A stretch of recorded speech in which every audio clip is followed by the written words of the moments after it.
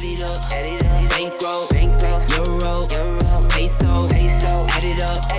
I'm just doing me, everything is on me. Oh, you matter what?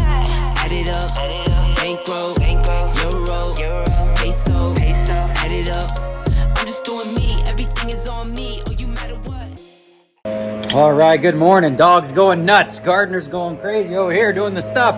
They're barking at them, biting each other, all that shit. Yeah, you tell them, buddy. Fucking tell them. Huh? Tell them. All right. What you doing, bud? We're going with another hat day.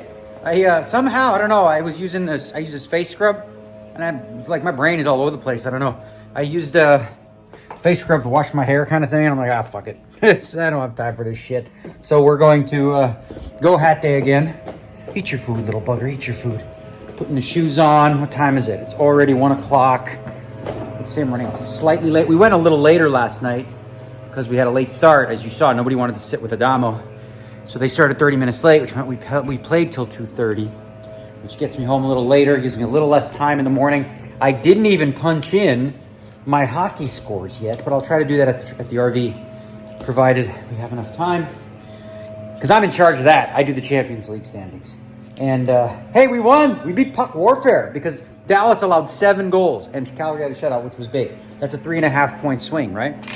But you don't care. I don't care. I don't care if you care. I care. What you care about is poker. I know. You guys want to hear about poker. Putting together, so what I've been doing lately, usually I bring it all to the RV. Get this big old Whole Foods bag. I got ice things. We're going to pack today's meals. What do we got here? We got Sakara Earth Bowl with tahini, ginger dressing. Throw that in there. And what else are we going to bring here? We got a Saturday dinner. What else we got there? Let's go with the Saturday lunch. What do we got there? Saturday lunch will be, that's the Sakara rice and beans on the side. Ooh, with the root, fuck, you can't even see when I do it like this. It's root veggie enchilada with coconut lime crema. They don't put cream, they put crema, because crema is so much more exciting to eat, right? Oh, if you had something with cream, you're like, But when it's with crema, all of a sudden it's fancy schmancy, tastes good. Escargots and Cabernet Sauvignon to go with it, right? Yeah. You ever had an escargot?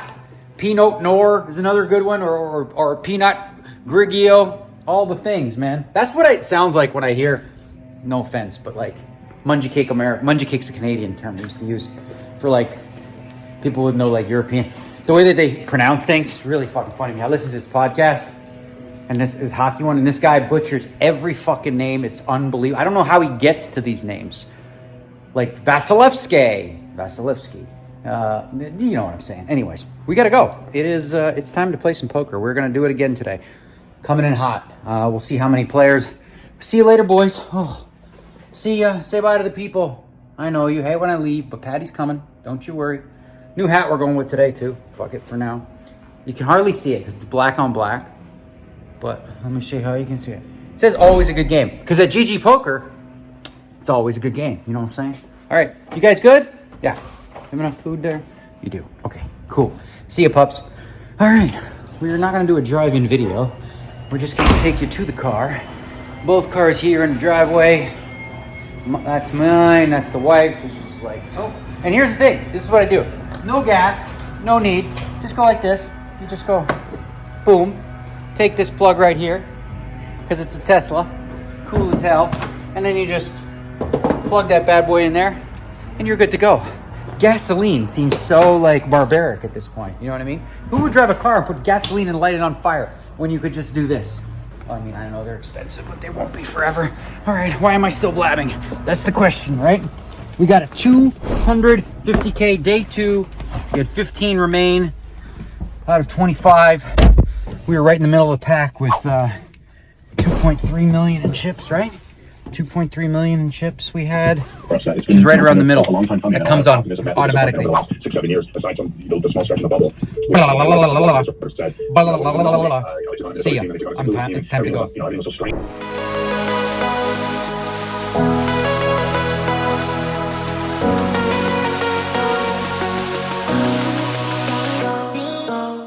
All right. right, first break of the day.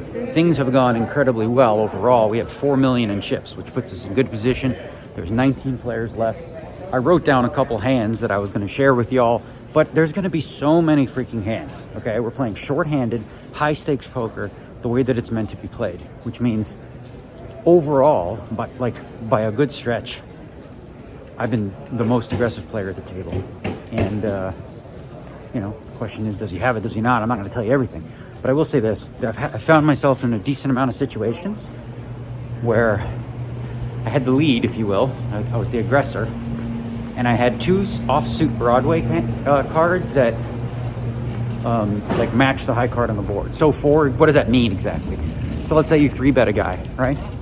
And a big part of the range that they're going to call with are like King 10 suited, Queen 10 suited, Jack 10 suited, because the sizing was enough where they're not going to have the offsuit combos.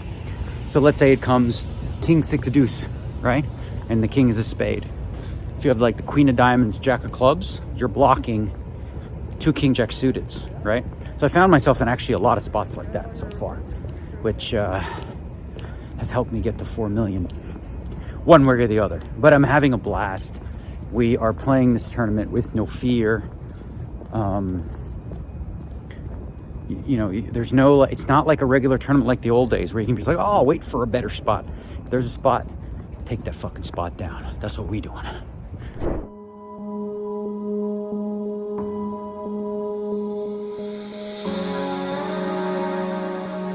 All right, here's a nice fact from the 250K. What they've done is they've given us all the best dealers in the house for this thing. Chris doing a great job, Rabbit doing a great job, making sure you have your phone down, not like this. And you got Dominic, you got all the good dealers, Aggie, all the good dealers. All right, the players are starting to drop a little more like flies. We are down to 10, which is 2 5-handed tables. I'm at 3.6 million. That level was much more subdued and a little more possum. The lion will be back. Just had, I didn't have many hands to play and I didn't find a lot of good situations. So we switched gears a little bit, moved to a different table, different chip stacks. There is one hand I kind of wanted to share with you. And it's basically, we don't have to do the whole breakdown, but Christoph raises in the cutoff and I just flatted the button with King, Queen of spades. So that's a hand that you can do both with. 3-betting is probably the predominant strategy with that hand, but you can do both. And then Keith Tilson calls in the big blind. So it comes 6-5, deuce, check, check, check. Turn the 6 of diamonds backdoor, check, check, check. River, King of diamonds. So we make the kings, right? It's check to me. So here's where you value bet, right? Or do you? Here's the danger, okay? This is one of the things you got to think about when you're playing against really, really good players. When you're making thin value bets, ask yourself first and foremost, what am I trying to get called by that they can have? Does Keith really ever have 7s and check the turn? 8s, 9s? I don't think so. Does Christoph? Probably not. So a lot of those middling hands, maybe like you're looking at ace highs that may call when you hit that king. Other kings may bet themselves. Here's the danger. You throw out that little bet. Oh, give me a little money. You're putting yourself in a vulnerable situation. This is very chess-like. Every time you move a piece, to attack something, you leave a vulnerability. So if we attack in that spot, we leave ourselves vulnerable to a big check raise that we can't fade. Because here's the problem. Our range is capped as fuck. What the hell can we have? Top freaking pair. Sure, we can have some flushes. We have no full houses. But, a guy like Christoph or Keith, good players, they're more than capable of just check raise bombing. So is it worth trying to squeak out a little value against the ranges that probably don't call you? And also you set yourself up to get wamboozled? I think not. All right, 3.6. Coffee time. I'm feeling great. This is so much fun. I'm playing fantastic. I promise. Bobbing and weaving.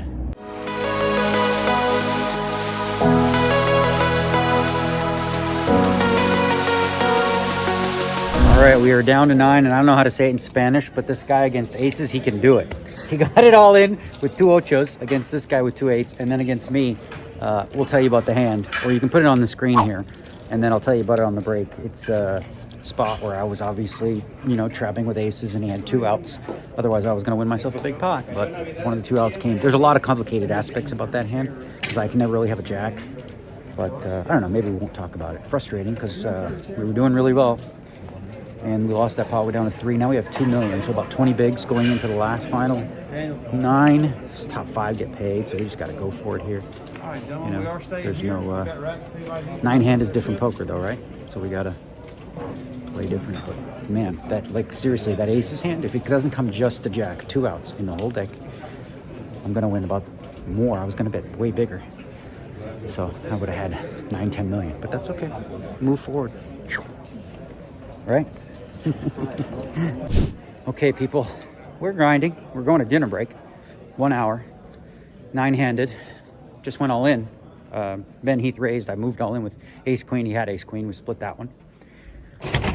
But yeah, I mean, listen, I feel good. I'm not gonna. There's no point, you know, bitching and whining about luck and stuff like that. We'll just talk about the hand, okay? On the way to the RV. We got an hour. So this was an interesting spot.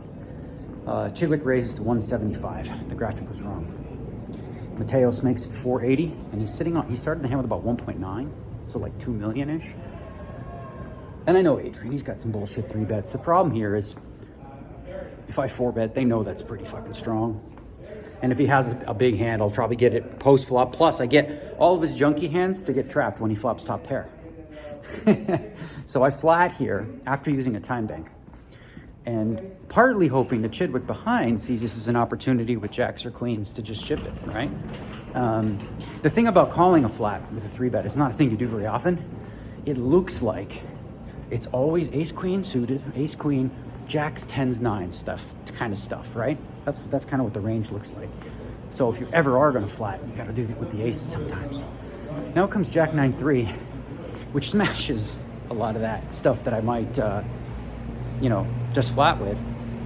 So he checks. I decided to check it back. And the turn's the 4, great card. You know, absolutely gin for me, aces and 4s. Really no way to lose this one. So I bet 350 to milk him, you know, with the intention of getting it on the river, probably for all of it. Because now I'm thinking he might give me ace queen and call. If he has like 10s or something like that, he's got to call. So here's where things get crazy. River's the jack. Not a good card for me, but here's the thing. He knows, as played, that there's no hands that have just a jack in it that I can get to the river with, right? So it's what we talked about earlier with being in a vulnerable spot. And, you know, really good players may attack that. So this is that spot. He knows I never have a jack, okay? So I bet 675, and he goes all in for 1.2, which is like 500K, getting a ridiculously good price, having respect for, you know, Adrian's ability to make that move. I really didn't think he was bluffing, but for 500K more, because I played my hand so disguised and everything like that, and because of the fact that he knows I can never have a jack, you know, thing is, there's just not a lot of hands that make sense for him to just bluff like that. Unless he had like 2 7s or something like that. Tried to bluff me off like 10s. I don't know.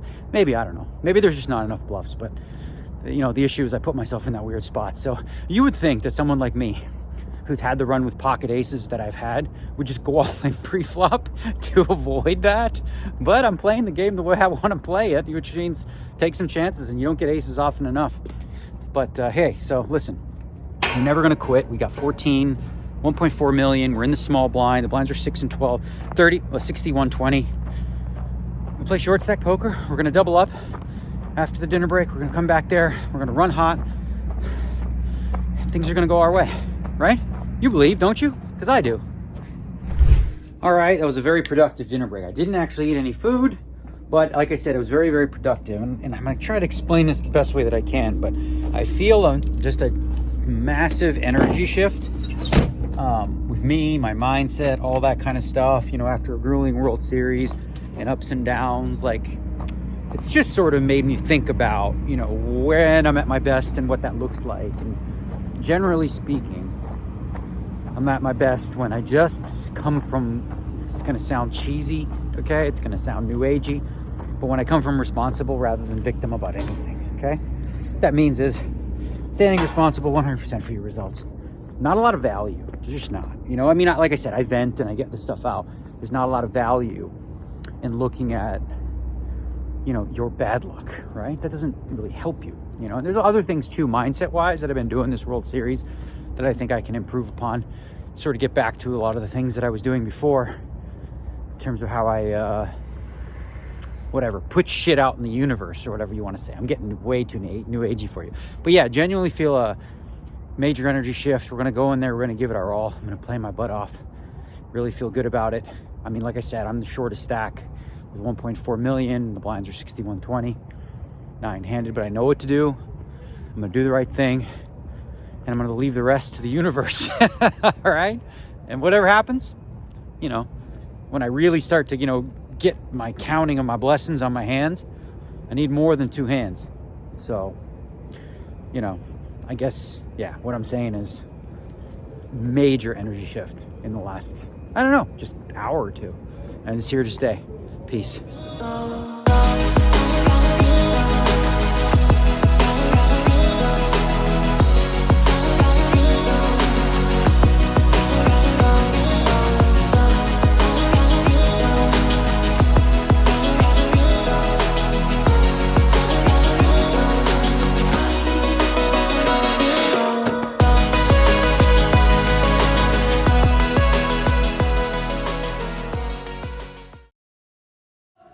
All right, we gave it a good run. Moved in with the ace-8 of diamonds off of 10 bigs.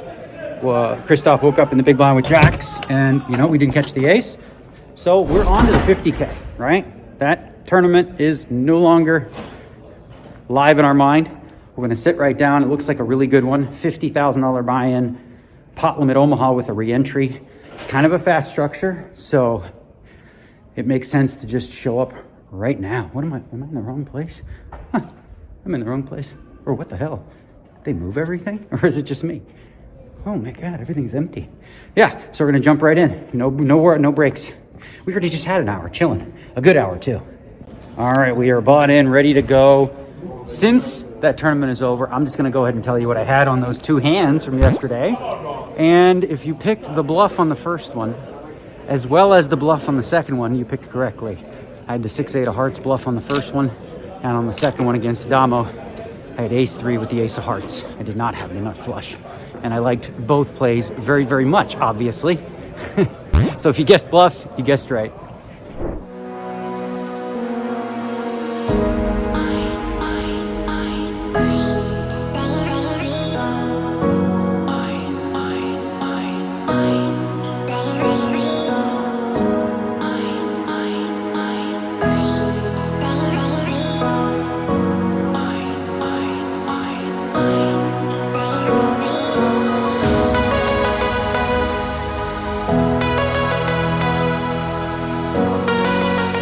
All right, back to the cage we go. That was a quick one. I didn't last very long in this one. It was actually just 3 hands that I played. The first hand in the small blind, went raise call. I called with king, king, deuce, deuce, badoogie. I didn't have a flush draw in either of them. Already have a small blind in, so I call. It comes 10-4 deuce. Checked around. I have the bottom set. Turns a 3. It's a very bad card, 4-way. I check. River's a 5, even worse. So I check, and Chance made a wheel. Then the next hand, I called a raise on the button with ace 6-6-9 double suited, and the big blind raised, and then I was getting like over 2-1, so I called, and the flop was king queen 6 rainbow. Flopped a set of 6s. My opponent had a set of queens, so we lost that one. And then the very last hand here, ace 3-5-7 in the small against the big. The flop was 8 deuce 3. I bet the pot. He went with it. He had ace king queen 6, so I was good. He had the flush draw, but what do you call it? He had the flush draw, but yeah, he hit a queen on the end. So we're going for bullet number 2.